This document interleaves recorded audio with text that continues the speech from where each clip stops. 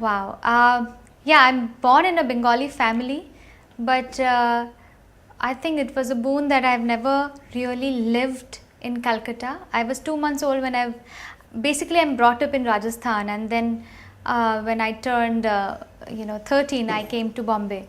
So the mix of three different regions in my life helped me getting to learn more about the culture of the country. And yes, Rajasthan makes anyone learn really good Hindi.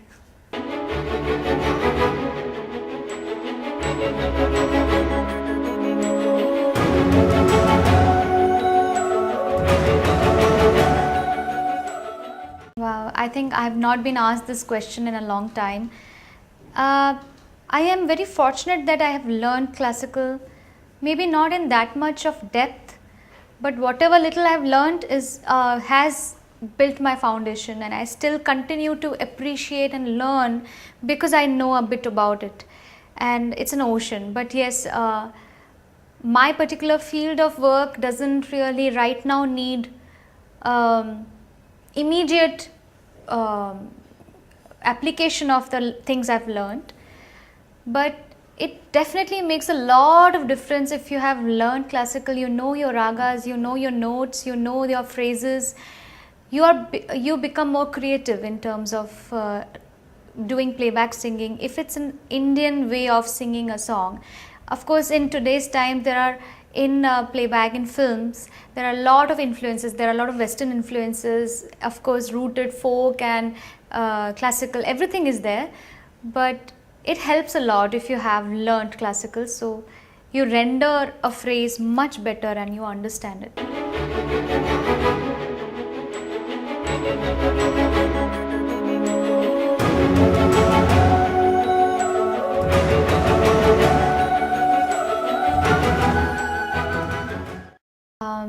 Well, of course, it's a big surprise. It was a big surprise when it happened, and that apart, giving an honor like this, being the recipient of an honor like this, first makes you very nervous. That you think that, oh my God, am I really worthy of this? Second, it makes you realize maybe I'm worthy. If am I really worthy, then am I doing enough to live up to it for the next of the few years I'm going to sing, or whenever, till whatever age I can sing, I should be able to do justice to the love and affection which has been given to me by the people, and that's why this honor has come. So I think it's a motivation. It makes you really wake up and look at your life and career and your hard work. And so I think I'm really, firstly, because I'm very young to have received this, it makes me more nervous and more aware and more alert and more giving to my audiences. So yeah, I think it's a good thing, and I'm really happy that it has come by my way.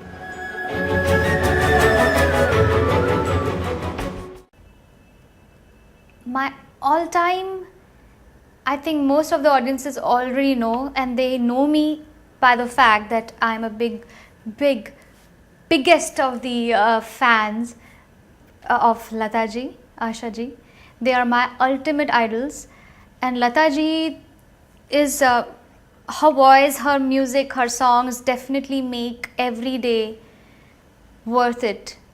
I mean, I start my days by listening to her songs. It's not just me, my entire family. They're all big fans of Lata ji and Asha ji. Their songs and their rendition of each of those gems are a school in itself. And you just asked me a little earlier that having learned classical music helps or not. I think definitely classical music is a genre in itself, and it's a big ocean of knowledge, and you can never stop learning there. But for film music and commercial Indian film rendition, emotional and perfect way of rendering for films, this is the school, and every singer must learn what they have done. So they're my ultimate idols.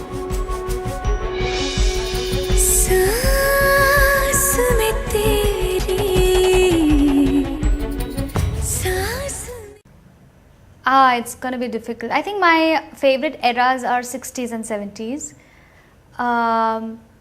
Because of course all those songs are the songs which I have learned as a kid, and those were the songs which inspired me into becoming a singer. But to choose one of those favorite songs, it's going to be really tough. You are talking about 100 years. How can I choose one song out of the 100 years? So I think it's going to be one song of each era, or generally if I talk about the beautiful combination of the composer and voice, it would be my choice would be Lata Mangeshkar, Lata ji, and Madan Mohan Saab. This combination is ethereal, and the kind of songs which have come out of this beautiful jodi, unparalleled. So any song of their jodi, I think I would pick probably songs of Adalat or Unpad, like Aapki Nazaron ne Samjha, yeah. If I go back into Adalat, I would say Yun Hasraton ke Daag, yeah, maybe. सांस मिली तो मुझे सांस आई, मुझे सांस आई. I'm pretty, not just pretty, I'm really excited about this tour. It's absolutely a grand tour. I think I'll be performing for the first time in a couple of those cities where I've never performed earlier. And I have the privilege of performing at the Royal Albert Hall in London. This is a very prestigious venue. I've performed there earlier, but I was along with Udit ji as a much more upcoming artist. So it's going to be a solo at the Royal Albert, and there will be performances in most of the prestigious venues of Europe. So I'm really excited, and a lot of hard work is going behind the organization of the events, and that's thanks to Rock On, Sanjeev ji and Vijay Bhola ji. Both of them are absolutely the most honest and lovable organizers, promoters to work with.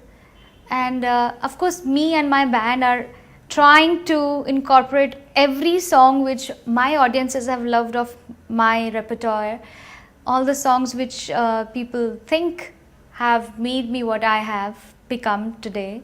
So it's going to be a big variety of songs from my starting days, Devdas, onwards till today's absolutely the newer versions of me, Chikni Chameli, Ulala, and all those mix of romantic dance numbers and all. But yes, since I'm also coming there at the very, very beautiful year of celebrating the 100th year of Bollywood, I will incorporate some beautiful songs of this huge century. Some of my picks I would definitely love to sing for you, and I hope that all of you guys come there and enjoy this humble tribute which I'm going to give to in a little section to Bollywood.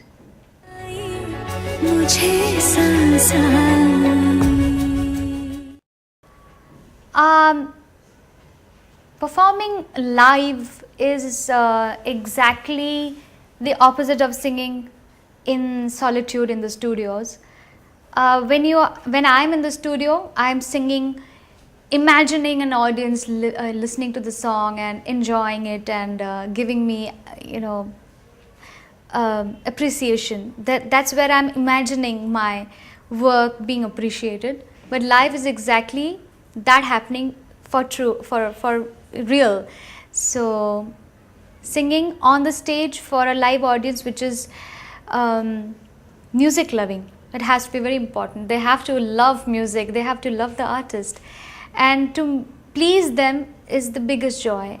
I think not just me, for any artist, it gives the highest of the highs ever.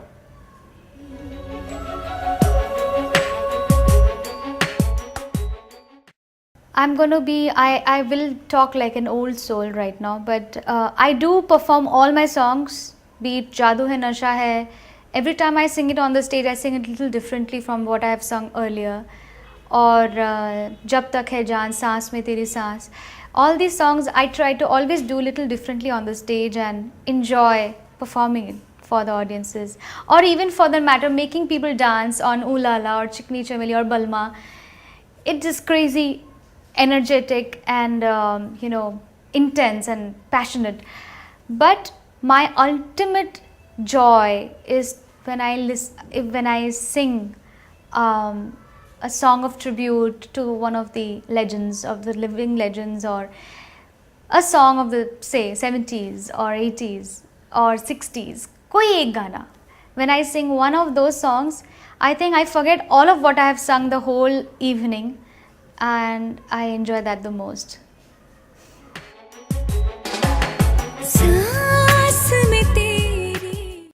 Yes, I'm trying to create some work of mine which I would be, when I get older, I would say that yes, I did some good stuff in my life. So one of that is an album of absolutely pure form of ghazals without any fusion work. It's just pure ghazals. So if there are ghazal fans out there, I know that there are, and I feel that this year has 2012 has lost a lot of gems in from our music industry, be it Jagjit Saab, Mehdi Hasan Saab. We have lost lot of great maestros, and I feel that the ghazal genre is absolutely depleting, and there are no generations who are excited about taking up this form of music. So as a humble tribute to at least keep it alive, and since I'm a ghazal lover, I am trying to do an album and a couple of more singles here and there, tumris and all those things that I don't get to do in Bollywood, I'm doing.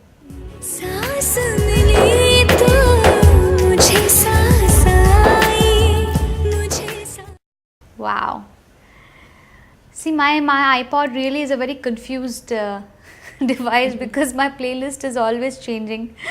If I ever have to say, iPod, tell me what are my favorite top 25 songs which I keep listening to, it just comes up with every day a new song. Well, so I don't have some songs which are repeated. But if I have to still out of that cheating the iPod device's intellectual capability, I have to choose, it will be always Lataji. I'm a biggest of the fans. So I would like to sing a song of hers which probably I was listening to right in the morning when the day started, and I woke up listening to that song. It'll be a very unusual song for my audiences. I think you've not heard it, most of you, unless you're a very big music lover. This is composed by the late Pandit Ravi Shankar ji, the sitarist, who also composed a lot for films. This was one of those compositions. Savare, savare, jao savare, savare, मोसे करो नाही जोरा जोरी बयाना मरोरी मोरी दूंगी दूंगी गारी हटो जाओ जी सावरे सावरे जाओ सावरे सावरे जाओ सावरे.